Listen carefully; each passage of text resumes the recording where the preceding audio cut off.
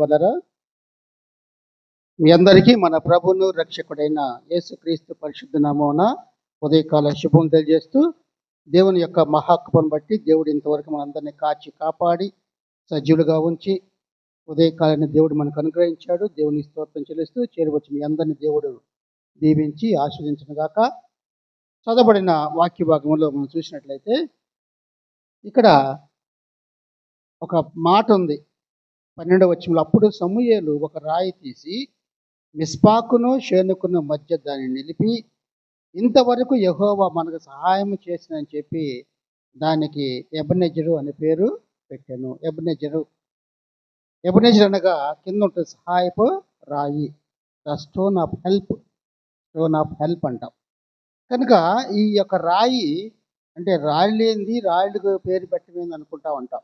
పాత నిబంధన గ్రంథంలో చాలా రాళ్ళు కనపడతాయి మనకి. 12 గోత్రాలకు సంబంధించి 12 రాళ్ళు పెట్టమంటాడు యెహోషువ.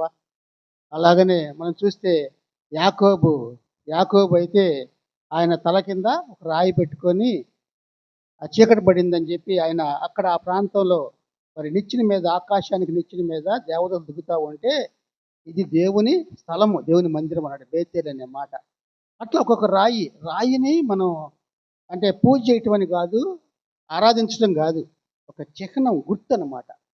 రిమెంబరెన్స్. ఎందుకు గుర్తు అంటే మర్చిపోతామని. మన జీవితాల్లో మనం కూడా కొన్నిసార్లు మనకి ఒక మంచి ఉంటే మర్చిపోతూ ఉంటాం. నేను ఈరోజు మళ్ళీ ఇది ఎందుకు తీసుకొచ్చానంటే, నువ్వు వినాలా ఎందుకు తెచ్చాం ఈరోజు, 2004లోది ఇప్పుడు గుర్తుపెట్టుకుంటాం మనం. అలాగే ఆ రాళ్ళు ఎందుకు ఉంటాయంటే వాళ్ళ తరాలు తర్వాత వాళ్ళకి కూడా చెప్పటానికి. ఇదేంటి అని అడిగారు అనుకో, ఇది దేవుడు యోర్దానుకు కాలి నీళ్లు లేకుండా ఎండిన దాని మీద నడిపాడు మమ్మల్ని, అందుకని 12 రాళ్ళు పెట్టామని చెప్పడానికి. అలాగే రకరకాలుగా మనం చూస్తే ప్రతి ఒక్కటి గుర్తు, సింబాలిక్ అంటాం మనం. కనుక అటువంటి చిహ్నాలు, ఆ చిహ్నాలు మనకి ఎప్పుడైనా జ్ఞాపకం ఉంటాయి. మనం పాత ఫోటోలు చూడగానే ఏం గుర్తు వస్తుంది? పెళ్లి ఫోటో చూడగానే అబ్బా పెళ్ళప్పుడు ఎలా ఉన్నాం, అప్పుడు ఎలా ఇట్లా అనుకుంటా ఉంటాం. ఎందుకు? ఆ మెమరీస్ అనమాట, ఆ జ్ఞాపకాలు ఉన్నాయి కాబట్టి దాన్ని ఆరాధించం మనం.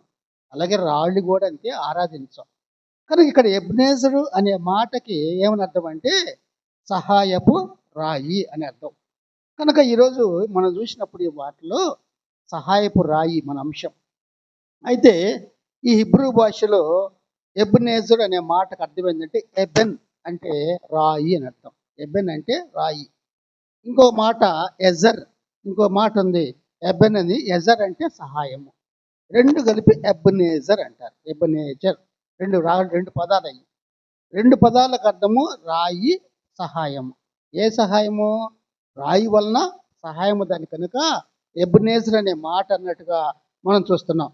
బైబిల్లో ఎబెనెజరు జోక్యానికి ఒక నిదర్శన, దేవుని యొక్క జోక్యం అంటే దేవుని యొక్క ఇన్వాల్వ్మెంట్, గాడ్స్ ఇన్వాల్వ్మెంట్ మనుషుల జీవితాల్లో ఉంటుంది. కనుక దాన్ని మనం జ్ఞాపకం చేసుకుంటున్నాం.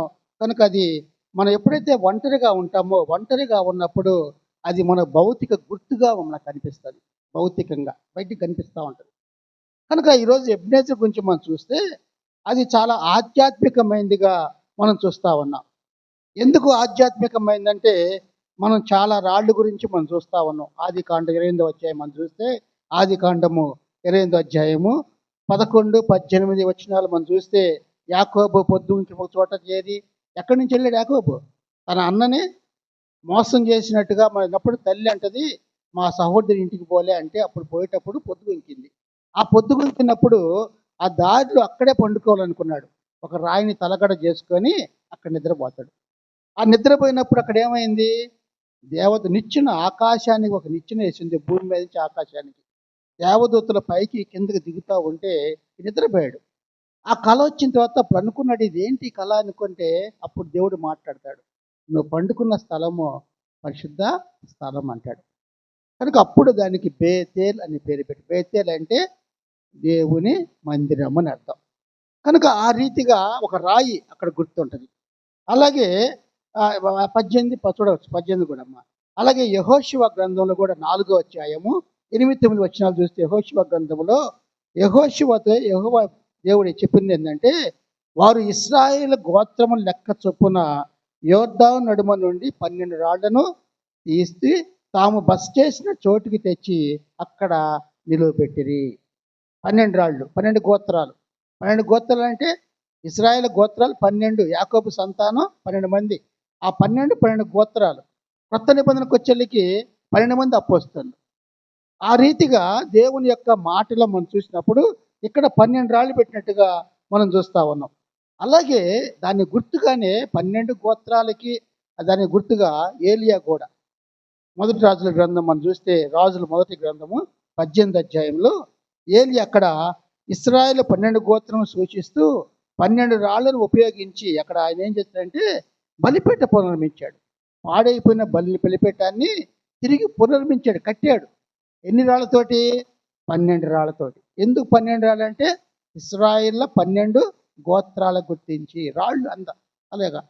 ఆ రకంగా మనం చూస్తూ ఉంటే మనకు అవే జ్ఞాపకం వస్తాయి. యెహోషువ గ్రంథము 24వ అధ్యాయము, యెహోషువ గ్రంథము 24వ అధ్యాయము 26, 27 వచనాల్లో కూడా దేవుని ధర్మశాస్త్ర గ్రంథములో ఆ వాక్యమును వ్రాయించి పెద్ద రాతిని తెప్పించి యెహోవా పరిశుద్ధ స్థలములోనున్న సింధూర వృక్షం కింద దాన్ని నిలువబెట్టి జనులందరితో ఇట్లా నేను యెహోషువ అంటున్నాడు, ఆలకించడి, యెహోవా మనతో చెప్పిన మాటలన్నీ ఈ రాతికి వినబడెను. కనుక ఆ రాయి మనకేం చేస్తుంటే ఒక సాక్షిగా ఉంటుంది. రాయి సాక్షిగా ఉంటుంది. అంటే దేవుడి వాక్యాలు అక్కడ రాసి పెట్టినప్పుడు అది ఒక సాక్షిగా ఉన్నట్టుగా ఆ రాయి మనతో మాట్లాడిన మాట యెహోషువ అక్కడ అన్నట్టుగా మనం చూస్తున్నాం ప్రియులారా. కనుకనే ఎప్పుడైతే ఎబ్నేజర్ అనేది బైబిల్లో ఒక ప్రదేశం పేరు, అది యాక్చువల్గా ఇంకో తేడా చూస్తే ప్రదేశం చూడండి. ఇక్కడ మొదటి సమూయేలు గ్రంథము 4వ అధ్యాయము మొదటి వచనం చూస్తే ఇశ్రాయేలు ఫిలిష్తీయులతో యుద్ధము చేయుటకై బయలుదేరి ఎబెనెజర్లో దిగ్గ ఫిలిష్తీయులు ఆఫెకులో దిగిరి. అంటే ఫిలిష్తీయులు ఎబెనెజర్ అనే ప్రాంతం అది. ఆ ఎబెనెజర్ అనే ప్రాంతానికి ఆయన దేవుడు చేసిన సహాయాన్ని బట్టి ఒక రాయి నిలపటం అనేది ఇశ్రాయేలుకి యూదులకి అది గుర్తు అనమాట. అప్పుడు అన్నాడు ఇది దేవుని సహాయం అనే మాట అన్నట్టుగా మనం చూస్తున్నాం. కనుకనే మనం చూస్తుంటే కొన్నిసార్లు మనకున్నటువంటి కొన్ని అత్యంత క్లిష్ట సమయాల్లో మనం ఏం చేస్తామంటే మనకి ఎవరు సహాయం ఎక్కడి నుంచి వస్తుంది అని మనం బాధపడతా ఉంటాం. ఆ క్లిష్ట సమయాల్లో దేవుడు మన కోసం నమ్మకంగా ఇచ్చిన సమయాన్ని మనం మర్చిపోలేం. ఎప్పుడైతే దేవుడు సహాయం చేశాడో ఆ సహాయం చేసిన దాన్ని మనం మర్చిపోలేం. ఏం చేస్తాం? జ్ఞాపకం ఉంచుకుంటాం. ఆ జ్ఞాపకం ఉంచుకోవటానికి కొన్నిసార్లు మనం ఏం చేస్తామంటే కొన్ని సంవత్సరాలు మర్చిపోతూ ఉంటాం. అందుకని ఒక రాయిని అక్కడ నిలిపితే ఆ రాయిని చూసినప్పుడల్లా ఇది దేవుడు మాకు సహాయం చేసినది, పలానా యుద్ధంలో సహాయం చేసినది, మా కష్టాల్లో సహాయం చేసినది, మాకు ఏ పరిస్థితుల్లో మేము ఏ దిక్కు తోచని స్థితిలో ఉంటే దేవుడే మాకు సహాయం చేశాడు ఈ సమయంలోనే మనం జ్ఞాపకం చేసుకోవటానికి. కనుక పాత నిబంధనలో వాళ్ళు ప్రతి దినము దేవుడు ఎంత మేలు చేసినా మర్చిపోతూనే ఉన్నారు వాళ్ళు, ఇశ్రాయేలు ముఖ్యంగా. కనుకనే దేవుడు అన్నాడు రాళ్ళని ఏర్పాటు చేయమని. కనుక మనం చూస్తే పిల్లలు ఇక్కడ ఎబెనెజర్ అనే మాట మనం చూసాము. కనుక దాన్ని సింబాలిక్గా మనం చూస్తే ఆ రాయి ఆధ్యాత్మికమైన స్పిరిచువల్గా అనమాట. ఈ ఆధ్యాత్మిక రాయి అది దానిలో ఒక సందేశం ఉంది, ఒక సాక్ష్యం ఉంది, ఒక జ్ఞాపిక ఉంది. దాని ద్వారా మనం ఏం చేస్తామంటే గుర్తించుకోవడానికి. ఇప్పుడు ఒకటి పెట్టామంటే ఇది ఉంది అంటే మనం ఏమనుకుంటాం? ఇది మన పాళ్యానికి అప్పుడు సీతనాయుడు గారు అప్పుడు కట్టారంట అని మనం చెప్పుకుంటున్నాం. ఇది ఉండబట్టిగా మరి ఎందుకు మన పిల్లలు అడుగుతారు. మేము చిన్నోళ్ళు మేము చదువుకున్నాం, తర్వాత పిల్లలకు వచ్చేది తెలియదు. ఇంకా తర్వాత అందరూ అడుగుతారు ఎక్కడి ఇది ఊరు కట్టారు వాళ్ళ కడితే ఉంది అంటాం. ఒక జ్ఞాపిక, ఒక సాక్ష్యము, తర్వాత ఒక సందేశము, ఇవన్నీ ఆ రాతిలో ఉన్నట్టుగా మనం చూస్తున్నాం. అలాగే మనం చూస్తే క్రైస్తవ విశ్వాసంలో కూడా కొన్ని జ్ఞాపకాల పాత్ర ఉంటుంది. క్రైస్తవ విశ్వాసంలో మనకి ఏంటంటే దేవుడు మనల్ని గుర్తించుకోమని ఆయన ఆజ్ఞాపిస్తాడు. ఆజ్ఞాపించడం మనం ఏం చేస్తాం? ఒకరోజు గుర్తుంచుకోవడం, 2 రోజు మర్చిపోతాం. ఆ మర్చిపోయేటప్పుడు జ్ఞాపకం చేసుకోవటం అనేది ఒక ఆరాధన అంటాడు. మనకి బల్ల సహవాసంకి వస్తాం. ప్రభుబల సహవాసంలో ఆయన యొక్క శరీరము రక్తాన్ని మనం తీసుకోవటానికి యేసుక్రీస్తు ప్రభు ఏం చేశాడు?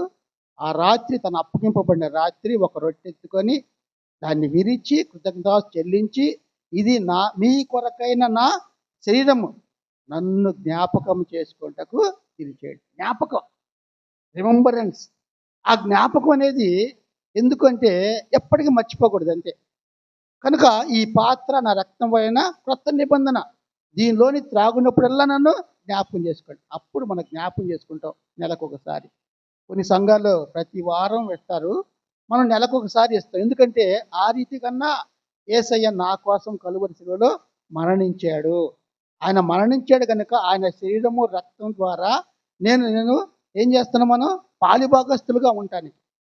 కనుక మనం ఆ శక్తిని పొందుకోవాలంటే మనం మొదటి ఆదివారం మనం తీసుకుంటా ఉంటాం. ఎందుకు? ఆయన జ్ఞాపకము లేదంటాడు. నన్ను జ్ఞాపకం చేసుకుంటకు దాన్ని చేయుడి, డూ దిస్ రిమెంబరెన్స్ ఆఫ్ మీ అంటాడు. అంటే అదే విధంగా ఈ రాత్రి కూడా ఎబ్నేజర్ను కూడా ఆ రాయి ఎందుకు నిలబెట్టారంటే అది జ్ఞాపకానికి. కనుక ప్రియమైన వాళ్ళరా, మనం చూస్తూ ఉంటే ఐగుప్తులో కొన్నిసార్లు వాళ్ళు ఏం చేస్తారు? ఐగుప్తులో వాళ్ళ పడ్డ కష్టాలు తెలుసు, ఐగుప్తులో వాళ్ళ దుఃఖం తెలుసు, భారం తెలుసు. ఎలా ఫరో వాళ్ళని ఎంత కఠినంగా శ్రమ పెట్టాడో, ఎంతగా చేశాడో తెలుసు. తర్వాత బయటికి తెచ్చినప్పుడు తెలుసు వాళ్ళకి. మళ్ళీ తర్వాత సముద్రము 2 పాయలుగా చీల్చి ఎర్ర సముద్రాన్ని ఆయన కాలు నడిచినట్టుగా చేశాడు. అయిపోయింది. అరణ్యంలో కొన్నారు, మన్నాతో పోషించాడు. ఆ తర్వాత వారికి మళ్ళీ యోర్దాను నది దాటించాడు చివరిగా. అక్కడ కూడా వాళ్ళు ఏంది, నీళ్ళు అనేది లేకుండా ఆరిన నేల మీద వాళ్ళు వెళ్ళినట్టుగా ఇవన్నీ చేసినప్పుడు మర్చిపోతూనే ఉన్నారు. అందుకే అన్ని జ్ఞాపకం చేసుకో. ఐగుప్తులు ఎలా ఉన్నావో చివరి వరకు నేను అక్కడ కానానికి నేను చేర్చేంత వరకు ఎలా కాపాడుతున్నానో వాటిని నువ్వు జ్ఞాపకం చేసుకోవాలంతే. ఆ జ్ఞాపకాలు మనం కూడా మన జీవితాల్లో పుట్టినప్పటి నుంచి ఇప్పటి వరకు మనం ఉన్నామంటే దేవుడు ఎందుకు మనల్ని మేలు చేశాడు, మన జీవితంలో మేలు చేశాడు దేవుడు. కనుక ఆ మేలు చేసిన దేవుణ్ణి మనం జ్ఞాపకం చేసుకోవాలా, దేవుని స్తుతించాలా. ఆయన మనం ఎప్పుడు మనం సాక్షిగా ఉండాలని మనం కోరుకోవాలా. కనుకనే కొన్నిసార్లు యూదులకి ఎక్కువ, ఇశ్రాయేలుకి ఎక్కువ మతిమరుపు అంట. ఈ మతిమరుపు అనేది అవిశ్వాసానికి దారితీస్తుంది. మతిమరుపు, నీకు మతిమరుపు వచ్చిందంటే నీలో అవిశ్వాసం ఉందే. నీలో విశ్వాసం ఉందంటే నువ్వు జ్ఞాపకం అని నమ్మకంగా ఉంటావు. ఆ జ్ఞాపకం వస్తుంది నీకంతే. కనుకనే మనుషులు మర్చిపోతారు వీళ్ళు అని చెప్పి దేవుడు ఏం చేశాడంటే అక్కడక్కడ రాళ్ళు పెట్టి, ఈ రాయి దీని కొరకు, ఇది ఇందుకుంది, నన్ను జ్ఞాపకం చేసుకోనండి. మీ పిల్లలకి చెప్పాలనే మాట అక్కడ ఉంటుంది. అందుకని ఎబ్నేజర్ అనేది ఒక రాయి విగ్రహం కాదు. ఏదో రాయి అన్నాడు కదా, ఇక్కడ నుంచి మన రాయిని పూజిద్దాని విగ్రహం కాదు అది. అది కేవలం ఒక సాక్షిగా, ఒక జ్ఞాపికగా ఉన్నట్టుగా మనం చూస్తున్నాము.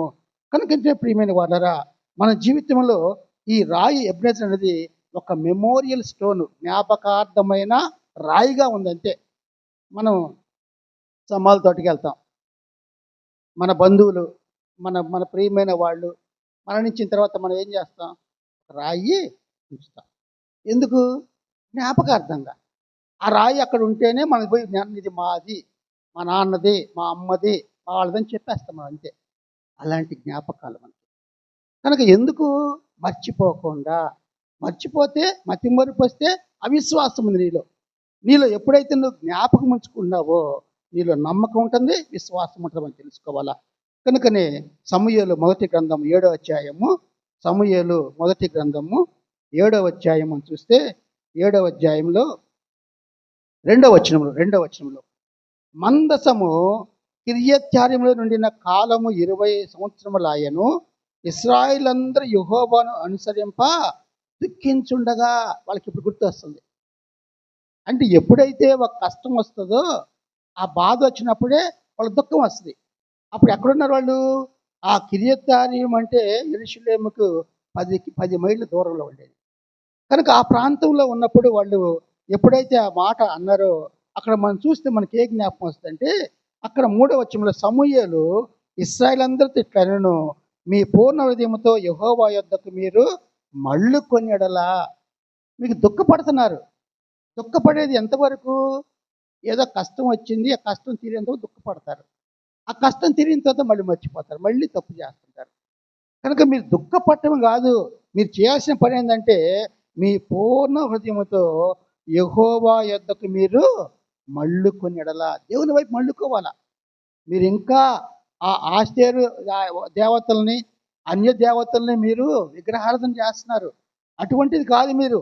నిజ దేవుడైన యెహోవా యొద్దకు మీరు మళ్ళుకుంటే మీ దుఃఖము పోద్ది, మీ బాధ పోద్ది, మీకు సహాయం ఉంటుందని ఆడ జ్ఞాపకం చేస్తున్నాడు సమూయేలు. ఆయన బాలుడిగా ఉన్నప్పుడే అన్న ఆ తల్లి ఏలీకి అప్పగించింది యాజకుడికి. కనుక ఆ పెద్దవాడైన తర్వాత పెద్దవాడై కొంది బాల్యంలో ఉన్నప్పుడే దేవుని స్వరాన్ని 3 సార్లు విన్నాడు. దేవుడు మాట్లాడాడు. ఏలీ కుటుంబ పరిస్థితి చెప్పాడు. కనుక అవన్నీ చెప్పిన ఆయన ఒక ప్రవక్తగా ఉన్నాడు, న్యాయాధిపతిగా ఉన్నాడు ఏలీ. కానీ అంతగా నడిపిస్తున్నప్పుడు ఆయన చెప్తున్నాడు ఇంకా ఏమనంటే, అన్య దేవతలను, అస్తారోతు దేవతలను మీ మధ్య నుండి తీసివేసి పట్టుదల కలిగి యెహోవా తట్టు మీ హృదయములను తిప్పి ఆయనను సేవించుడు. ఇప్పటిదాకా ఎవరిని సేవిస్తున్నారు? విగ్రహాలను సేవిస్తున్నారు. విగ్రహాల మీద నమ్మకం పెట్టుకున్నారు. కనుక మీకు యుద్ధం వచ్చినప్పుడు మీరు ఓడిపోతుంటే మీ ఎవరి మీద ఆధారపడాలి ఇప్పుడు? దేవుని మీద ఆధారపడటానికి ఇప్పుడు పశ్చాత్తాపడుతున్నారు. ఆ పశ్చాత్తాపడాలంటే మీ పూర్ణ హృదయంతో యెహోవా వైపు తిరగాల. పూర్ణ హృదయం. కొంతవరకు ఆ దేవతను పెట్టుకొని కొంతవరకు దేవుడు అనుకుంటా ఉంటే అది ఏముంటుంది? ఏమంటుంది? నులివెచ్చని జీవితం. అలా కాదు. పూర్ణ హృదయంతో నీ మనస్ఫూర్తిగా యెహోవా వైపు నువ్వు తిరిగి ఆయన ఎప్పుడు నువ్వు సేవిస్తావో ఎలాగంట పట్టుదల కలిగి సేవించాల. అంటే వదలకూడదు ఇక అంతే. ఎంత దేవుడు ఎప్పుడు కాపాడతాడో, ఎంతవరకు నీకు తోడుగా ఉంటాడో, ఎంతవరకు నీకు సహాయం చేస్తాడో నీ పట్టు వదలకూడదు అంతే. అన్నాడు కదా, పట్టుదల కలిగి ప్రార్థన చేయమంటాడు. కనుక పట్టుదల కలిగి ఉండమన్నాడు. ఆ తర్వాత ఆయన ఫిలిష్తీయుల చేతుల నుండి మిమ్మల్ని విడిపించును. 20 సంవత్సరాలు వాళ్ళ ఆధీనంలో ఉన్నారు. వాళ్ళు శ్రమ పెడుతున్నారు ఈ ఫిలిష్తీయులు ఇశ్రాయేల్ని. అప్పుడు వాళ్ళకి దుఃఖం వచ్చింది. ఎప్పుడు వస్తుంది దుఃఖం అంటే, దేవుని వైపు మరకుండా దేవుని విడిచిపెట్టి ఆ ప్రక్కన వాటి దగ్గరికి వెళ్ళినప్పుడు వీళ్ళ కష్టాలు వస్తాయి. దేవుడు విడిచిపెట్టేస్తాడు. ఎందుకు విడిచిపెడతాడు? దుఃఖం వస్తే మళ్ళీ మళ్ళీ తిరుగుతారు. కనుక అదే కనుక జ్ఞాపకాలుగా ఉంటాయని చెప్పి దేవుడు అక్కడ ఏర్పాటు చేశాడు. కనుకనే సమూయేలు ఆదేశించినట్లుగా ఇశ్రాయేల్ అందరూ అదే పని చేశారు. ఏం చేశారు? బలి దేవతలను, అస్తారోతు వాటిని తీసివేసి యెహోవాను మాత్రమే సేవించారు అంతే. సేవించిన తర్వాత సమూయేలు ఇశ్రాయేల్ అందరినీ మిస్పాకు పిలువనంపుడని చెప్పిన తర్వాత మీ పక్షమున నేను ప్రార్థన చేస్తా దేవునికి, యెహోవా దేవునికి అన్నాడు. మీ పక్షాన నేను ప్రార్థన చేస్తా. ఎప్పుడు? మీరు సంపూర్తిగా ఆయన వైపు తిరిగినప్పుడే. దేవుని వైపు తిరిగాల. పట్టుదలతో ఆయన మీరు సేవించాల. పట్టుదలతో ఉండాల. కనుక అటు ఇటు జారిపోకుండా పట్టుదలతో నిలకడగా నువ్వు ఎప్పుడైతే ఉంటావో, విశ్వాసంతో ఉంటావో, అప్పుడు మీ పక్షమున నేను ప్రార్థన చేస్తా అనే మాట అన్నట్టుగా మనం చూస్తున్నాం. ఫిలిష్తీయులు ఇశ్రాయేల్ మీదకి వచ్చినప్పుడు ప్రజలు భయపడ్డారు. భయపడిన తర్వాత 7-8 వచనాలు అంటాడు, ఇశ్రాయేల్ మిస్పాలో కూడి ఉన్నారని ఫిలిష్తీయులు వినినప్పుడు ఫిలిష్తీయుల సర్దార్లు ఇశ్రాయేల్ మీదకి వచ్చిరి. ఈ సంగతి ఇశ్రాయేల్ విని ఫిలిష్తీయులకు భయపడిరి. ఎందుకు భయపడ్డారు? అప్పుడు భయం అనేది వచ్చింది వాళ్ళకి. ఎందుకంటే ఒకవేళ భయం వేస్తే చంపేస్తారు ఎంతమందిని. కనుక వారికి ఆ రీతిగా వాళ్ళు ఉన్నప్పుడు అక్కడ మనం చూసినప్పుడు ప్రియమైన వాళ్ళరా, సమూయేలు ఏం చేశారంటే ఒక గొర్రె పిల్లను, పాలు విడవని గొర్రె పిల్లని దహన బలిగా, పానార్పణంగా ఆయన వధించాడు. వధించి ఎప్పుడైతే అది అర్పించాడో, అర్పించిన తర్వాత ఆయన ఏం చేశాడంటే యెహోవాకు ప్రార్థన చేయగా యెహోవా అతని ప్రార్థన అంగీకరించెను. బలి అర్పించాడు. మనకు బలి అనగానే గొర్రెపిల్ల అంటే యేసుక్రీస్తు ప్రభు గుర్తొస్తాడు కదా. యేసయ్య ఆయన గొర్రెపిల్ల అంటాడు, ఇదిగో లోక పాపములు మోసుకొని పోవు దేవుని గొర్రెపిల్ల. యోహాను సువార్త 1:29 లోక పాపములు. కనుక ఆ రీతిగా వీళ్ళు ఎప్పుడైతే ఇశ్రాయేలు మీదకి ఫిలిష్తీయులు వెంటనే దండుకొచ్చి వాళ్ళని చంపేయాలని చూస్తున్నారో, అప్పుడు భయపడినప్పుడు అప్పుడు వాళ్ళు ఆయన ప్రార్థన చేశాడు. ఆ ప్రార్థన తర్వాత దహన బలి అర్పించాడు అనార్పణంగా గొర్రెపిల్లని. ఆ తర్వాత ఎప్పుడైతే ఆయన ప్రార్థన మళ్ళా చేసినప్పుడు దేవుడు ఆయన ప్రార్థన అంగీకరించాడు. అంగీకరించిన తర్వాతనే ఈ 10వ వచనంలో మనం చూస్తాం. సమూయేలు దహన బలి అర్పించుండగా ఫిలిష్తీయులు యుద్ధము చేయుటకై ఇశ్రాయేలు మీదకు వచ్చిరి. అయితే యెహోవా ఆ దినమున ఫిలిష్తీయుల మీద మెండుగా ఉరుములు మురిపించి, ఉరుములు వాళ్ళ వరకే ఉరుములు వచ్చేసినాయి. పెద్ద పెద్దగా ఉరుములు వస్తూ ఉంటే ఆ మెరుపులు ఉరుములు వస్తుంటే భయపడ్డారు వాళ్ళు. భయపడ్డారు. ఆ భయపడిన తర్వాత ఎప్పుడైతే వాళ్ళు ఆ రీతిగా ఉన్నారో వారికంట తారుమారు అయిపోయారు. ఎటు పోవాలో అర్థం కాలే వాళ్ళకి. ఫిలిష్తీయుల మీదకి రావాలనుకున్నారు యుద్ధానికి. ఆ ప్రదేశానికి వచ్చే ఎటు పోవాలో వాళ్ళు తెలియలా. తారుమారు చేశాడు దేవుడు. అటువంటి గొప్ప దేవుడు మనకున్నాడు. మన మీదకి శత్రువు వస్తున్నా లేకపోతే ఆపద వస్తున్నా మనల్ని ఎప్పుడైనా కాపాడేవాడిగానే ఉంటాడు. ఒకళ్ళ శత్రువుకి అయితే ఎటు పోవాలో అర్థం కాని పని చేస్తాడు, తారుమారు చేస్తాడు. అటువంటి గొప్ప దేవుడు తారుమారు చేయగా వారు ఇశ్రాయేలు చేత ఓడిపోయిరి. ఎప్పటికీ అక్కడ ఇశ్రాయేలు మిస్పా నుండి బయలుదేరి బేత్కారు వరకు ఫిలిష్తీయులను తరిమి హతము చేసిరి. అప్పుడు సమూయేలు ఒక రాయి తీసి మిస్పాకును షేనుకును మధ్య దాన్ని నిలిపి, ఇంతవరకు యెహోవా మనకు సహాయము. ఇంతవరకు, ఎంతవరకు? వాళ్ళు ఎప్పుడైతే ఆయన వైపు తిరిగారో, పట్టుదలతో ఆయన సేవించారో, ఆ యొక్క దేవత హృదయపూర్వకంగా ఆయన ఎప్పుడైతే వాళ్ళు సేవించడానికి వాళ్ళకు ఉన్నటువంటి దాన్ని వదిలేశారు. పూర్తిగా దేవునికి లోబడిన తర్వాతనే దేవుడు ఎవరి మొర ఆలకించాడు? సమూయేలు మొర ఆలకించాడు. ఎందువల్ల? వీళ్ళ మార్పు వచ్చింది. ఆ మార్పు కోసం దేవుడు చూస్తాడు. అందుకంటాడు ఇంతవరకు ఏమన్నాడు? యెహోవా మనకు సహాయం చేసినని చెప్పి దానికి ఎబెనెజరు అనే పేరు పెట్టాను. ఎబెనెజర్ అనే పేరు ఆ రీతిగా మనం చూస్తున్నాం. దాన్ని సహాయపు రాయి అంట. కనుక ఇక్కడ ఈ సహాయపు జ్ఞాపకార్థం మనం చూసినప్పుడు ఎప్పుడైతే ఇది అంటామో దస్ అన్నాడు, ఇంతవరకు అంటాడు. Thus for the lord has helped us. అంటే ఇంతవరకు అంటే ఎప్పుడు సహాయం చేస్తుండే ఆయన?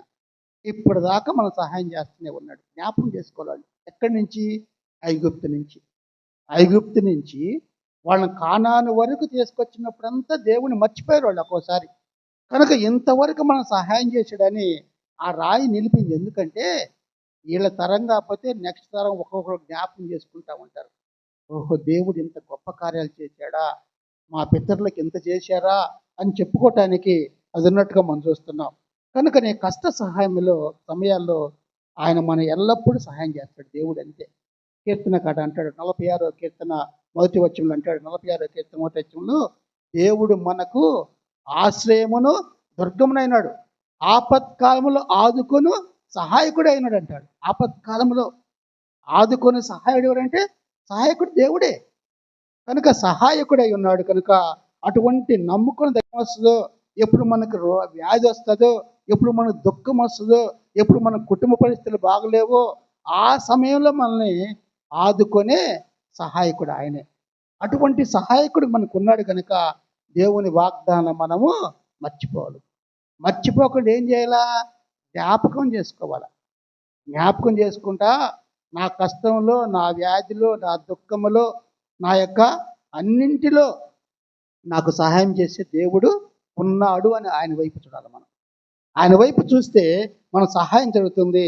కనుక హెబ్రీయులకు రాసిన పత్రిక 13వ అధ్యాయము, హెబ్రీయులకు రాసిన పత్రిక 13వ అధ్యాయము 6వ వచనం మనం చూస్తే, కాబట్టి ప్రభువు నాకు సహాయుడు, నేను భయపడును, నరమాత్రుడు నాకేమీ చేయగలడు.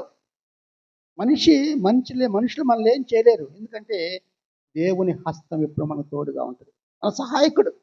కనుక అంటాడు దేవుడు, ఎప్పుడైతే ఆయన ప్రభు నాకు సహాయుడు, నేను భయపడను. మనకు భయం అక్కర్లా. ఫిలిష్తీయుల దెబ్బకి ఇశ్రాయేలు భయపడ్డారు. భయపడిన ఇశ్రాయేలు ఏమైన తర్వాత వాళ్ళనే జయించారు. కనుక సహాయపు రాయి వారిని ఆదుకుంది. వారికి సహాయం చేసిన దేవుడు కనుక వాళ్ళందరినీ కూడా హతం చేసి వాళ్ళు మందసాన్ని కూడా తిరిగి తెచ్చుకున్నారు వాళ్ళు. కనుక మందసాన్ని తీసుకెళ్ళారు వాళ్ళు. ఆ మందసాన్ని తీసుకెళ్ళినప్పుడు ఆ ఏలి యాజకుడి యొక్క కుమారులు ఉన్నారు, హోప్ని ఫినిహాస్. వాళ్ళు కూడా చనిపోయారు. వాళ్ళు చనిపోయిన వార్తని ఏలి 98 సంవత్సరాలు ఆయన వెనక్కబడిపోయి మెడ విరిగిపోయి ఆయన చనిపోయాడు. ఎందుకంటే ఆ కుటుంబము దేవునికి సరైన స్థితిలో లేదు. యాజకుడే తన ఇద్దరు బిడ్డలను సరైన క్రమంలో వాళ్ళని పెంచలా. వాళ్ళు ఇష్టపానుసారంగా ఆ ఆలయంలో వచ్చే స్త్రీలతోటి కావచ్చు, వాళ్ళ తప్పు కావచ్చు, అక్కడ దహన బలిగా అర్పించే వాటి విషయంలో అయితే అంటే దేవుని కంటే ముందు వీడు తినాల మంచి శ్రేష్టమైన. ఆ రీతిగా వాళ్ళు భయంకరమైన స్థితిలో ఉంటే యుద్ధానికి వెళ్ళారు, చనిపోయారు. మందసాన్ని కూడా ఫిలిస్తీన్లు తీసుకువెళ్ళారు, వాళ్ళు చనిపోయారు. కనుక ఆ తర్వాత ఆ పోప్ని ఫినెహాస్ భార్య అంటది, కోడలు ఏమనంటే ఈకాబోదు అంటది, ప్రభావం నా నుండి పోయింది. ఏం పోయిందంటే మందసం లేదు. దేవుని మందసం ఎప్పుడైతే ఇస్రాయేల్లో లేదో ప్రజల్లో వాళ్ళ ప్రభావం లేదు ఇక. అందుకని ఈకాబోదు అంటది. ఇవన్నీ తర్వాత మనం చూస్తే ఇక్కడ సమూయేలు ఆయన పెద్ద మాట్లాడతారు. కనుక ప్రియమైన వాళ్ళరా, మన జీవితాల్లో దేవుడు మన సహాయకుడు కనుక మనం భయపడినక్కర్లా. ఏ కష్టం వచ్చినా, ఏ బాధ వచ్చినా, ఏ దుఃఖం వచ్చినా, ఏ వ్యాధి వచ్చినా, ఏదొచ్చినా నా దేవుడే చూసుకుంటాడు. ఆయన నాకు సహాయం చేసేవాడు కనుకని అంటాడు కదా, నన్ను అడుగు నీకు సమస్తం ఇస్తా అంటాడు ఆయన. కనుక మనం ప్రార్థన చేస్తే ప్రార్థనలకు జవాబిచ్చే దేవుడు కనుక ఆ ప్రార్థన కూడా దేవుడు ఏం చేస్తాడంటే పరీక్షిస్తాడు. ఎంతవరకు పట్టుదలతో ప్రార్థన చేస్తారు, ఎంతవరకు విశ్వాసంతో చేస్తారు, ఎంతవరకు ఓర్పుతో సహనంతో ఉంటారని దేవుడు చూస్తాడు. నాకు జవాబు రాలేదని చెప్పి మనం దేవుని మీద అలగటం కాదు, దేవుని మీద కోపటం కాదు. దేవుని తెలుసు ఎప్పుడు ఇవ్వాలి ఇస్తాడు ఆయన, అంతే. ఎందుకంటాడు కదా, సహాయం చేసే దేవుడు ఆయనే. అందుకంటున్నాడు, ప్రభువు నా సహాయుడు, నేను భయపడను. దేవుడు నాకు తోడుగా ఉన్నాడు. ఆయన సహాయం ఎప్పుడు ఉంటుందని మనం తెలుసుకోవాలా. కనుకనే ఎప్పుడైతే ఈ యొక్క నిబంధన మందసం, నిబంధన ప్రజల నిబంధన అక్కడ ఏంటంటే, ఇక్కడ మనం చూసినప్పుడు ఇక్కడ సమూయేలు అంటున్నాడు, ఆ రాయికి ఎబెనెజర్ అనే పేరు పెట్టి ద్వారా ఇశ్రాయేలు వారికి దైవిక జోక్యం, దేవుని యొక్క జోక్యమే వచ్చింది. అంటే అంతవరకు వాళ్ళు ఏమవుతున్నారు, చనిపోతున్నారు. ఎలాగ చనిపోతున్నారంటే ఒక్కొక్కసారి మనం చూస్తే ఎంతమంది చనిపోయారు. 4వ అధ్యాయం చూడండి ఒకసారి. 4వ అధ్యాయంలో మనం చూస్తే 10వ వచనంలో, ఫిలిస్తీన్లు యుద్ధము చేయగా ఇశ్రాయేలు ఓడిపోయి 4:10 ఓడిపోయి అందరూ తమ డేరాలకు పరిగెత్తి వచ్చిరి. అప్పుడు అత్యధికమైన వధ జరిగెను. ఇశ్రాయేల్లో 30,000 కాల్బలము కూలెను. మరియు దేవుని మందసం పట్టబడినది కాక హోప్ని ఫినెహాసు యొక్క ఇద్దరు కుమారులు హతులైరి. ఇక్కడ 4వ అధ్యాయము 2వ వచనం చూస్తే ఇశ్రాయేలు ఫిలిస్తీన్లు ఓడిపోయి యుద్ధంలో ఎక్కువ తక్కువ 4,000 మంది హతులైరి, చనిపోతూనే ఉన్నారు. కనుక ఆ చనిపోవటం వల్ల వాళ్ళకి భయభీతి ఏర్పడింది. వాళ్ళకి ఆ భయం అనేది ఏర్పడి వాళ్ళు ఎప్పుడైతే ఆ యొక్క సమూయేలు ఎప్పుడైతే ప్రార్థన చేశాడో, అన్నబలి అర్పించాడో, అప్పుడు వాళ్ళ ధైర్యం వచ్చింది. దేవుడు ఏం చేశాడు, యుద్ధం మీరుగా చేసేది, యుద్ధము నేను చేసేది, యెహోవా యుద్ధం చేస్తాడు మీ తరపున. కనుక ఏం యుద్ధం చేశాడు ఆయన, ఉరుములు మెరుపులతో వాళ్ళని తారుమారు చేశాడు, అంతే. అంటే వాళ్ళు ఎటు రావాలో ఎటు పోవాలో తెలియదు. అప్పుడు వీళ్ళొచ్చి వీళ్ళని చంపేయటం. అది దేవుడు చేసే గొప్ప కార్యాలు. మన ద్వారా మనం చేయటం కాదు, ఆయనే యుద్ధం చేపిస్తాడు, అంతే.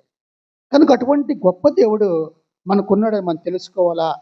దైవిక జోక్యం ద్వారా ఇజ్రాయేలు ఫిలిస్తీన్లను వాళ్ళు ఎలాగా వాళ్ళ దగ్గర విముక్తి చెందారో భవిష్యత్ తరాలకు గుర్తు చేయటానికి ఆ యొక్క సమూయేలు ఆ రాతిని అక్కడ నిలిపినట్టుగా చూస్తున్నాం. ఈ రాయి ఎబెనెజరు, ఈ రాయి పేరు సహాయపు రాయి అనే మాట అన్నట్టుగా మనం చూస్తున్నాం.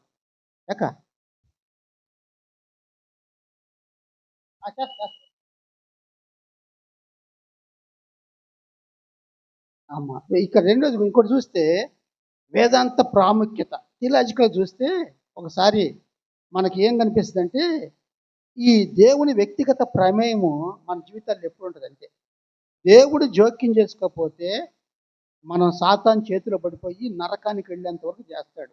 దేవుడు వెంటనే మన గురించి ఆయన ఏం చేస్తాడు, ఆయన వ్యక్తిగతంగా ప్రమేయం తీసుకుంటాడు. ఈ స్మారక రాయి కూడా ఎబ్నేజర్ అనేది కూడా మానవ చరిత్రలో పనిచేసే దేవుణ్ణి చూపిస్తుంది. అక్కడ మానవ చరిత్రలో పనిచేసే దేవుణ్ణి అక్కడ చూపిస్తుంది. రెండవదిగా చూస్తే ఆధ్యాత్మిక చింతన. ఎవరైతే ఆధ్యాత్మికంగా చింతపడతా ఉన్నారో, ఆధ్యాత్మిక పడిపోయే స్థితిలో అవిశ్వాసంతో ఉన్నారో, అటువంటి వారు ఏం చేయాలంటే వాళ్ళ పశ్చాత్తాపం రావాలి. ఇశ్రాయేలు వలె పశ్చాత్తాపం మరియు ప్రార్థనల కాలం తర్వాత సమూయేలు ఏం చేశాడంటే అంకిత భావంతో తగిన చర్య తీసుకోండి. ఆయన ఏం తీసుకున్నాడు? మీ పక్షాన నేను ప్రార్థన చేస్తా, మీ పక్షాన్ని నేను ప్రార్థన చేస్తా కనుక మీరు చేయాల్సింది ఏంటంటే ఆ దేవతల వాటిని విడిచిపెట్టాను. విడిచిపెట్టాలా? హృదయపూర్వకంగా దేవునితో తిరగండి, పట్టుదలతో ఆయన సేవించండి. ఎప్పుడు సేవిస్తారో నేను ప్రార్థన చేస్తా అన్నాడు. ఆ మాటకి వాళ్ళు లోబడి వాళ్ళు చేశారు. మూడోదిగా చూస్తే నిరంతర జ్ఞాపిక. అది ఎప్పుడు ఆ కంటిన్యూవల్ రిమైండర్ అంటాడు. ఏంటి నిరంతర జ్ఞాపిక అంటే ఆ రాయి దేవుని విశ్వాసానికి శాశ్వతంగా సాక్షిగా పొందుతుందన్నమాట. శాశ్వత సాక్షిగా ఆ రాయి ఎప్పటి వరకు తరతరాలు చూసుకొని వాళ్ళు దాన్ని గుర్తుపెట్టుకోవటానికి ఆ రాయిని అక్కడ నిలిపితే అది దేవుని విశ్వాసానికి శాశ్వత సాక్ష్యంగా పనిచేసినట్టుగా భవిష్యత్ తరాలను అదే దేవునిపై ఆధారపడమని ప్రోత్సహిస్తుంది. దాన్ని చూస్తారు, అడుగుతారు, ఎందుకు పెట్టారు రాయి? అయ్యా, ఫిలిస్తీన్లు మా మీద దండొచ్చి ఇంతమంది చంపేసి 20 సంవత్సరాలు వాళ్ళ మేము భయంకరంగా మేము బాధపడ్డాము కనుక దేవుడు మమ్మల్ని దీన్ని వారి నుంచి మమ్మల్ని రక్షించాడు, సహాయం చేశాడు కనుకనే ఈ రాయి ఎబ్నేజర్ అనే రాయిని ఇక్కడ నిలిపెట్టారు. మాట చెప్పటానికని భవిష్యత్ తరాలకు అక్కడ ఉన్నట్టు చూస్తున్నాం. కనుక మనం చూస్తే ఈ లేఖనం అంతా ఇలాంటి జ్ఞాపకాలు మనకుంటాయి. ఆ జ్ఞాపకాల గురించి యెహోషువ గ్రంథములో ఒక మాట ఉంది. యెహోషువ గ్రంథము 4వ అధ్యాయము 20 నుంచి చూద్దాం మనం. 179 పేజీ 179 పేజీ. వారు యోర్దాను నుండి తెచ్చిన 12 రాళ్లను యెహోషువ గిల్గాల్లో నిలవబెట్టించి ఇశ్రాయేలుతో ఇట్లా నేను రాబోవు కాలమున నీ సంతతి వారు ఈ రాళ్ళెందుకని తమ తండ్రులను అడుగుతారా? ఇప్పుడు మనం ఒకటి నిలబెట్టారనుకో, అమ్మా నాన్న ఇది ఎందుకు ఉంది ఇక్కడ అన్నారు, అడుగుతారు. అడిగినప్పుడు ఏం చెప్పాలా? ఈ రాయి పలాన్ని కోసం అయ్యా. అందుకంటాడు ఇక్కడ రాబోవు తరము వారు ఈ రాళ్ళెందుకని తమ తండ్రులను అడుగుదు కదా. అప్పుడు మీరు ఇశ్రాయేలీలు ఆరిన నేల మీద యోర్దానును యోర్దాను దాటడానికయ్యా దేవుడు ఆరిన నేల మీద పంపించాడు. యోర్దాను పైనుంచి ప్రవాహం వస్తుంది, అంత ఫ్లో ఎక్కువ. ఆ ప్రవాహం వచ్చి కిందకు వచ్చేకి బాగా ఎక్కువ అయిపోద్దంట. వీళ్ళు దాటలేరు మనసాన్ని ఎత్తుకొని. కానీ దేవుడి గొప్ప కార్యం ఏంటంటే ఆ నీళ్ళే శిలగా అయిపోయినాయి అంతే, కాళ్ళు పెట్టగానే. ఆ తర్వాత ఎప్పుడైతే 6 నెలల మీద అందరూ వెళ్ళారో ఆ రాళ్ళు తెచ్చి అక్కడ పాతాడు అంతే గిల్గాల్లో. ఈ రాళ్ళు 12 దేనికి గుర్తంటే దేవుడు యోర్దానులో 6 నెలల మీద మనుషులు నడిపించాడు, దాటించాడు. అది చెప్పాలి. తండ్రులను అడుగుతారు, పిల్లలు అడుగుతారు. అంటే అక్కడ అన్నాడు ఇంకో మాట, అప్పుడు మీరు ఇశ్రాయేలు 6 నెలల యోర్దాను దాటిది ఎట్లనగా యెహోవా బాహువు బలమైనదని భూనివాసులందరూ తెలుసుకుంటకును మీరు ఎల్లప్పుడూ మీ దేవుడైన యెహోవా యందు భయభక్తులుటకును మేము దాటు వరకు మీ దేవుడైన యెహోవా తానే మా ఎదుట ఎర్ర సముద్రమును ఎండవేసినట్టు మీరు దాటు వరకు మీ ఎదుట యోర్దాను నీళ్లను ఎండజేసానని చెప్పి ఈ సంగతి వారికి తెలియపరచవలను. ఎర్ర సముద్రం గురించి చెప్పాలా, యోర్దాను గురించి చెప్పాలా, ఎవరికి చెప్పాలా? మీ పిల్లలకి చెప్పాలా. ఆ పిల్లలు భవిష్యత్తు జ్ఞాపకం చేసుకొని వాళ్ళు కూడా దేవుని మీద విశ్వాసం ఉంచుతారు. నిజంగా దేవుడు ఇంత గొప్ప సహాయం చేసేవాడా కనుక అందుకనే దానికి ఎబెనేజరు సహాయపు రాయి అని పేరు పెట్టారా అని పిల్లలందరూ వాళ్ళు కూడా విశ్వాసంలో ఎదగటానికి గుర్తుగా ఉంటుంది. కనుకనే దేవుని కార్యాలు గుర్తించుకోవటం కృతజ్ఞత భావం. ఆ కృతజ్ఞత అంతేకాదు నమ్మకం కూడా. ఈ నమ్మకం కృతజ్ఞత అని మనం చూస్తూ ఉన్నాం. కనుక దీన్ని మనం చూస్తే కొత్త నిబంధన పోల్చుకుంటే ఒకసారి ఈ ఎబ్నేజర్ దాని మీద కొత్త నిబంధనలో కొన్ని ఆ న్యూ టెస్టిమెంట్ ఇన్సైట్స్ అంట, అంతర్దృష్టులు అంట. ఈ అంతర్దృష్టి మనం ఆలోచన చేస్తే ఎబ్నేజర్ అనేది కొత్త నిబంధన నేరు కనిపించకపోయినా దేవుడి సహాయానికి పునాది రాయి అది. దేవుని సహాయానికి పునాది రాయి. ఎఫెసీ పత్రిక 2వ అధ్యాయము 20వ వచనంలో ఒక మాట ఉంది. ఎఫెసీ పత్రిక 2:20లో క్రీస్తు యేసు ముఖ్యమైన మూలరాయి అయి ఉండగా, క్రీస్తు Jesus Christ himself being the chief corner stone, ముఖ్యమైన మూలరాయి కనుక ఈ రాయి ఎబ్నేజర్ అన్నాము. మరి ఈ రాయి ఏంటంటే ఇది అన్నింటి సహాయం చేసే రాయి యేసుక్రీస్తు ప్రభు. ఎలాగంటే మూలరాయి అనే మాట మనం చూసినప్పుడు ఇల్లు కట్టేవాళ్ళు ఏం చేస్తారంటే ఒక మూలరాయిని ముందు చెక్కుతారు. చెక్కి అది కట్టడం మొత్తానికి ప్రాముఖ్యమైన రాయి. ఆ రాయిని పెట్టిన తర్వాత దాని నుండి కట్టబడే గోడలు నిటారుగా ఉండటానికి అన్నిటిని సెట్ చేస్తారు. దేన్ని బట్టి? మూలరాయిని యేసుక్రీస్తు ప్రభు. కనుక ఆయన మనకు మూలరాయి, మనకు సహాయం చేసేవాడు ఆయనే. కనుక ఆ విధంగా ఎప్పుడైతే కట్టడం కడతారో దానికి స్థిరత్వం ఉంటుంది, సౌందర్యం వస్తుంది. ఇల్లు మూలరాయి లేకుండా ఏ ఇల్లు కట్టరు, ఏది కట్టరు. అది ఉంటేనే ఇంటికి ఆ 4 వైపుల గోడలకు కానీ పైన వేయటానికి కానీ దేనికైనా కానీ ఒక స్థిరత్వం ఉంటుంది, ఒక సుందరంగా సౌందర్యంగా కనిపిస్తూ ఉంటుంది.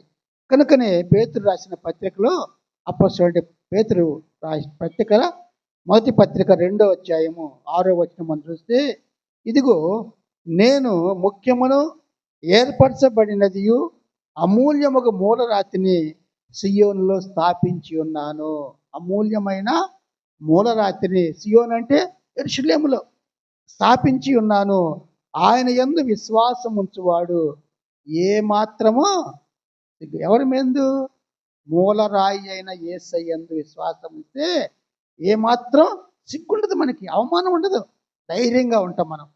అలాగే యెషయా గ్రంథం 28వ అధ్యాయము, యెషయా గ్రంథము 28వ అధ్యాయము, సియోనులో పునాదిగా రాతిని వేసిన వాడను నేనే, అది పరిశోధించబడిన రాయి, పునాది అయిన మూలరాయి అన్నది విశ్వసించువాడు కలవరపడడు. సిగ్గుపడ్డు. ఎవరుంటే? యేసయ్య అనే మూలరాయి మనలో ఉంటే. మనం ఎప్పుడైతే యేసయ్యని మనం కలిగి ఉన్నామో, ఆ కలిగి ఉన్నప్పుడు మనలో విశ్వాసము నమ్మకంతో పాటు మనం ధైర్యంగా ఉంటాం. ఎవరిని చూసి మనం సిగ్గుపడం, దేన్ని చూసి భయపడము, కలవరపడము. ఫిలిష్తీయుల్ని కలవరపెట్టాడు ఆయన. ఎలా కలవరపెట్టాడు? ఉరుములు మెరుపులతో తారుమారు. కనుక మనమైతే ఇంత ధైర్యంగా ఉన్నామంటే మన మూలరాయి అనే యేసయ్య మనకున్నాడు. ఆ మూలరాయి ఎబ్నేజర్లోనే మనము రాతిని చూసుకు. ఎందుకంటే పాత నిబంధన గ్రంథంలో చూస్తే చాలా రాళ్ళు ఉన్నాయి రకరకాలుగా. ఒక్కొక్క రాయి, ఆ రాయికి నూనె పోసి, వాళ్ళు యాకోబు అదే పని చేశాడుగా. ఆ నూనె పోసి ఆ ఉదయం లేవగానే నూనె పోసి మళ్ళీ మామ ఇంటికి వెళ్ళాడు. వెళ్ళిన తర్వాత మళ్ళీ వచ్చేటప్పటికి మళ్ళీ అక్కడ అనుకున్నాడు, ఇది దేవుని మందిరము, దేవుని స్థలము అనే మాట. కనుక ఎబెనేజరు సహాయపు రాయి. అలాగే దేవుడు కూడా మనకెప్పుడు సహాయం చేయడానికి ఎప్పుడు సిద్ధంగా ఉంటాడు. అంటాడు కదా, ఆయన ఆపత్కాలములో నమ్ముకున్నదగిన సహాయకుడు. మనం ఎవరిని నమ్మాలా? కష్టం వస్తే యేసయ్యనే నమ్మాలి. యేసయ్యని నమ్మితే మన కష్టాలు తీరుతాయి, మనకున్న చింత, మన బాధ, వ్యధ అన్నీ పోతాయి. కనుక నమ్మకంతో, పట్టుదలతోటి, యేసయ్య మీద విశ్వాసముతో మనం ఎప్పుడైతే ఆయన వైపు తిరుగుతామో ఆయన మన వైపు తిరుగుతాడు. ఆయన అంటాడు కదా, మీరు నా యొద్దకు రండి, నేను మీ యొద్దకు వస్తా అంటాడు. మనం ఆయన యొద్దకు వస్తే మన దగ్గరకు యేసయ్య వస్తాడు. అంత ఇదిగా ఎప్పుడు మనం స్పందిస్తామా, ఎప్పుడు మనం వస్తామా అనే దాని మీద చూస్తూ ఉంటాడు తండ్రి. మనం ప్రార్థన చేస్తుంటే దేవునికి చాలా సంతోషం అంట. ఎలాగంటే మన పెదవుల నుంచి వస్తుందా ప్రార్థన, హృదయంలోంచి వస్తుందా తెలుసు ఆయనకి. కనుక అంటాడు, మీరు ప్రార్థించేటప్పుడు ఎక్కువగా చేయొద్దు అంటాడు. చూడండి, ఇక యోహాను సువార్త, అది మత్తయి సువార్త మనం చూస్తే 6వ అధ్యాయము, మత్తయి సువార్త 6వ అధ్యాయము 7వ వచనము, మరియు మీరు ప్రార్థన చేయనప్పుడు అన్యజనుల వలె వ్యర్థమైన వాటిలో వచింపవద్దు, విస్తరించి మాట్లాడటం వలన తమ మనవి వినబడునని వారు తలంచు. వ్యర్థంగా ఏం మాట్లాడకూడదు. మనం అన్నీ ఆయన తెలుసు. ఎవరిలాగా ప్రార్థన చేయాలా? సుంకరిలాగా ప్రార్థన చేయాలి. దేవా, పాపినైన నన్ను కరుణించయ్యా. చిన్న ప్రార్థన అంతే. ఎందుకు? ఆ పరిసయ్యుడు చేశాడు ప్రార్థన. ఎలా చేశాడు? అయ్యా, నేను వారానికి 2 సార్లు ఉపవాసం ఉంటానయ్యా, దశమ భాగం ఇస్తానయ్యా, ఇట్టుంటాను, ఇతనిలాగా కాదు అన్నాడు. ఏది? చుంకరి కంటే బాగుందని దేవుడు చెప్తున్నాడు. దేవుని తెలియదా? కానీ దేవుని తెలుసు కనుక ఇతడు నీతిమంతుడిగా తీర్చబడ్డాడు. ఎవరు? సుంకరే నీతిమంతుడు తీర్చబడ్డాడు. అందుకంటాడు కదా, తను తాను తగ్గించుకున్నవాడు హెచ్చింపబడతాడు, హెచ్చింపబడినవాడు తగ్గించుకుంటాడు. దేవుడు మనం నేర్పేది అదే. కనుక మనం ఎప్పుడు దేవుని ఏటో తగ్గించుకుంటామో దేవుడు మనం హెచ్చిస్తాడు. కనుకనే మనము ఎబ్నేజర్ అనేది సహాయపు రాయి, ఒక స్మారక చిహ్నం. దాన్ని ఆరాధించడానికో పూజించడానికో లేకపోతే ఆరాధన చేయటానికి కాదు, అది కేవలం జ్ఞాపకం. ఎందుకంటే మర్చిపోకుండా జ్ఞాపకం చేసుకోవటానికి. ఈరోజు మనం కూడా యేసయ్య చేసిన మేలు, ఆయన చేసిన సహాయము మనం మర్చిపోకుండా మన జ్ఞాపకం చేద్దాం. ఒక్కొక్క జీవితాల్లో దేవుడు మేలు చేశాడు, సహాయం చేశాడు. ఒక్క నిమిషం అందరూ, అయ్యా నాకు ఈ సహాయం చేసావు ప్రభా, నేను మర్చిపోయాను అయ్యా, అయ్యా నాకు ఇది చేసావయ్యా, నా కుటుంబంలో నేను మర్చిపోయాను ప్రభా, నా జ్ఞాపకం తెచ్చావు ప్రభా, నా జ్ఞాపకం ఉంచుకుంటున్నాను అయ్యా అని చిన్న ప్రార్థన చేస్తాం. అలా ప్రార్థన చేసుకుందాం. ఒక్కొక్క జీవితాల్లో దేవుడు మనం అనుకుంటాం, ఆయన మనం పుట్టినప్పటి నుంచి ఇప్పటి వరకు ఇంతవరకు సహాయం చేసిన దేవుడు అనే సమూయేలు అండి అక్కడ మాట. ఎందుకంటే ఆయన ఎంతగానో సహాయం చేస్తున్నాడు. ఆయన మన జీవితాల్లో ఎన్నో మేలు చేశాడు, ఎంతో సహాయం చేశాడు, ఎన్నో కష్టాల నుంచి మనల్ని బయటికి తీసుకొచ్చాడు. మరి ఇన్ని చేసిన దేవునికి, కరోనా నుంచి ఆయన మనల్ని కాపాడాడు. మరి ఇంత చేస్తే ఆ దేవుని మనం ఏం జ్ఞాపకం చేసుకుంటాం? కృతజ్ఞత చెల్లిస్తున్నామా? ఆ దేవునికి సాక్షిగా ఉంటున్నామా? ఒక్కసారి జ్ఞాపకం చేసుకోండి. అందరూ ప్రార్థన చేసుకోండి. ప్రభా, నా కుటుంబంలో, నా జీవితంలో ఈ మేలు చేసేవయ్యా, నాకు సహాయం చేసేవయ్యా, నా సహాయకుడు నువ్వేనయ్యా, ఇంత చేస్తే నేను మర్చిపోయాను ప్రభా, నన్ను క్షమించయ్యా, నీ ఇప్పుడు జ్ఞాపకం వచ్చిందయ్యా అని మనం ఎప్పుడైతే ఆయన కృతజ్ఞత చెల్లిస్తామో దేవుడు మన పక్షాన మన వైపున తిరిగి ఆయన ఇంకా మనకు సహాయం చేయడానికి సిద్ధంగా ఉండే దేవుడు. కనుక అటువంటి దేవుని, సిద్ధంగా ఉండే దేవుణ్ణి మనం వెనుతిరిగి వెళ్ళిపోయేవారేం కాకుండా ఆయన ముందుకు వచ్చి ఆయన ద్వారా ఆశీర్వాదాలు పొందే భాగ్యాన్ని మనం పొందుకుందాం. ప్రేమగల తండ్రి, దయగల దేవ, మీ అపారమైన కృపను బట్టి ప్రభా, ఈ ఉదయకాలము నాయన ఎబెనేజరు సహాయపు రాయి గురించి ధ్యానించటకు మీరు మాకు ఇచ్చిన సమయాన్ని బట్టి స్తోత్రం చెల్లిస్తున్నాం. మా జీవితాల్లో ప్రభా మీరు ఎన్నో మేలు చేశారు నాయన, ఎంతో సహాయం చేశారు ప్రభా. నాయన ఇశ్రాయేలు వలె మేము మర్చిపోయి ప్రభా ఉంటున్నామని తండ్రి, కష్టం వచ్చినప్పుడు ప్రభా జ్ఞాపకం చేసుకునే వారిగా ఉంటున్నాం ప్రభా. అందుకనే సమూయేలు ప్రవక్త అన్నాడు, మీరు ఏ దేవుని వైపు హృదయపూర్వకంగా తిరగండి, మీ పట్టుదలతో మీరు ఆయన సేవించండి. ఎప్పుడైతే మీలో ఉన్నటువంటి విగ్రహారాధన ఏదైతే తీసివేసుకొని నిజ దేవుడైన నా వైపు తిరుగుతారో, నన్ను సేవిస్తారో, అప్పుడు నేను మీకు సహాయం చేస్తా. కనుకనే మీ పక్షమున నేను ప్రార్థన చేస్తా అన్నాడు. ఒకవేళ మనం కూడా దేవుని కంటే ఎక్కువగా దేన్నైనా ప్రేమిస్తున్నామా అనేది జ్ఞాపకం చేసుకుందాం. అటువంటి ప్రేమించేది ఉంటే, అటువంటి విగ్రహారాధన ఉంటే దాన్ని తీసివేసుకొని ప్రభా నిన్నే నేను సేవిస్తున్నానయ్యా, నిన్నే ఆరాధిస్తాను ప్రభా, నా పూర్ణ హృదయంతో నీ వైపు తిరుగున్నానయ్యా, నీవే ప్రభా మా పక్షమున ప్రభా.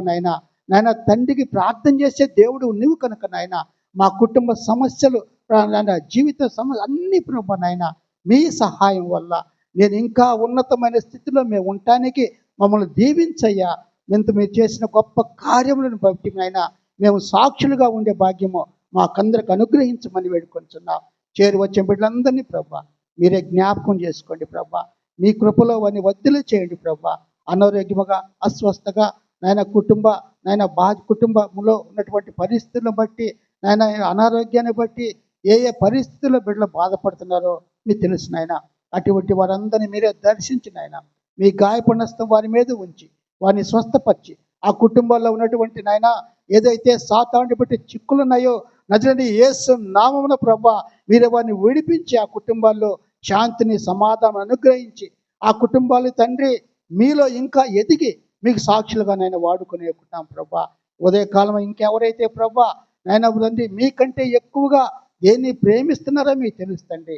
అటువంటి దానన్నిటి విడిచిపెట్టి ఎబెనేజరు మాకు సహాయం చేసే దేవుడు ఉన్నాడని మీ వైపు తిరిగే భాగ్యం ప్రతి ఒక్కరికి అనుగ్రహించమని యేసు క్రీస్తు పరిశుద్ధ నామమున ప్రార్థించి అడిగి వేడుకొంచున్నాము తండ్రి.